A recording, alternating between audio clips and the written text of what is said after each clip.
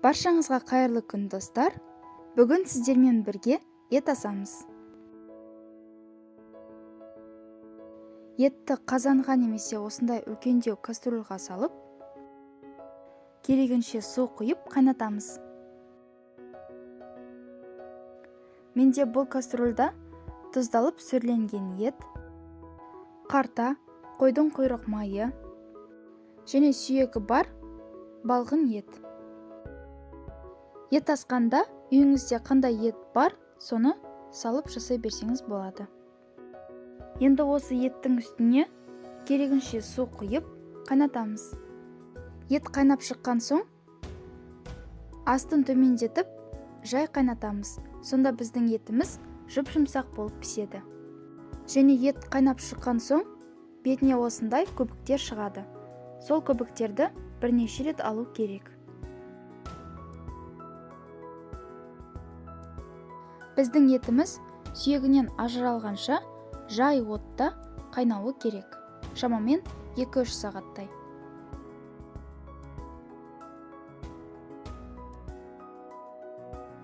Біздің етіміз пісті. Етті сорпасынан сүзіп алып, басқа ыдысқа салып, бетін жауып орап қою керек. Сонда біздің етіміз суып қалмайды. Көріп тұрғандарыңыздай, біздің етіміз сүйегінен бүкілі ажырап пісті.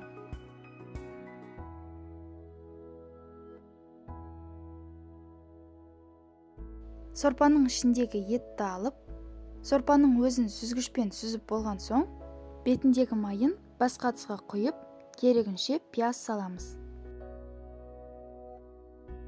Майлы сорпаға пияз салып, 5 минуттай қайнатамыз.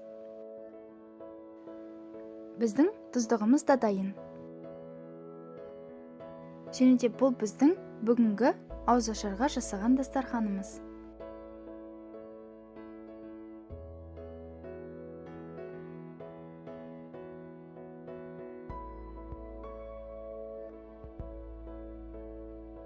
Ауызашар болған күні үйде қарбалас болуына байланысты, бешбармақтың қамырын илеп, жаюды сіздерге көрсете алмадым.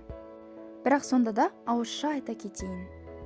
12 дана жұмыртқаға жарты литр жылы сорпа құйып, дәміне қарай тұз және керегінше ұн салып, қатты қамыр илейміз.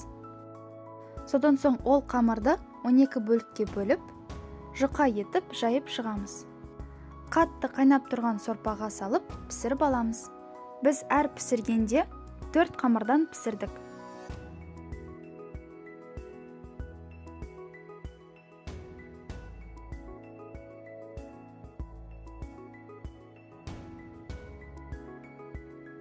Қамырды сорпаға салғанда бір-біріне жабысып қалмау үшін кішкене араластыру керек.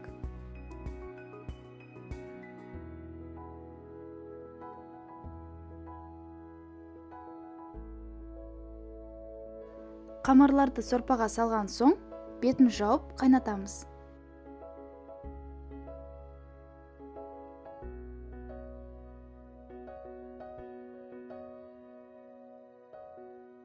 Қамыр жақсылап пісуі үшін шамамен 2-3 минуттай қайнауы керек.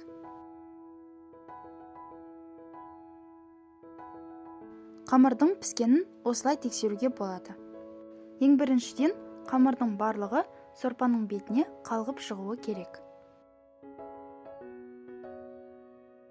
Қамыр пісіп болған соң, үстіне бір кесе суық су құйып, сорпадан қамырды сүзіп аламыз.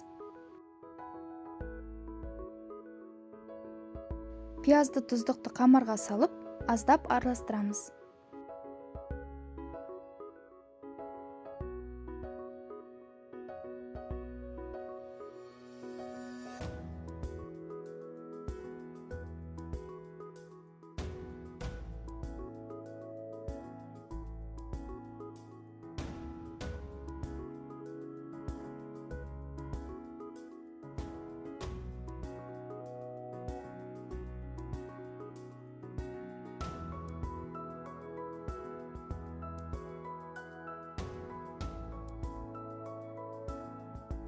Содан соң табаққа туралған ет, қарта және майды саламыз.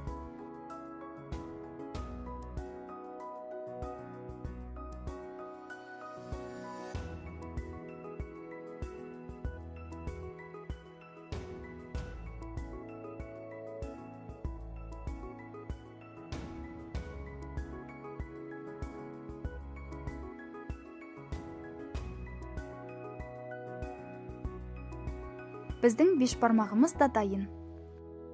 Ұстаған оразаларыңыз қабыл болсын. Қолдау көрсетіп, бізбен бірге болғандарыңыз үшін алғысым шексіз. Келесі кездескенше.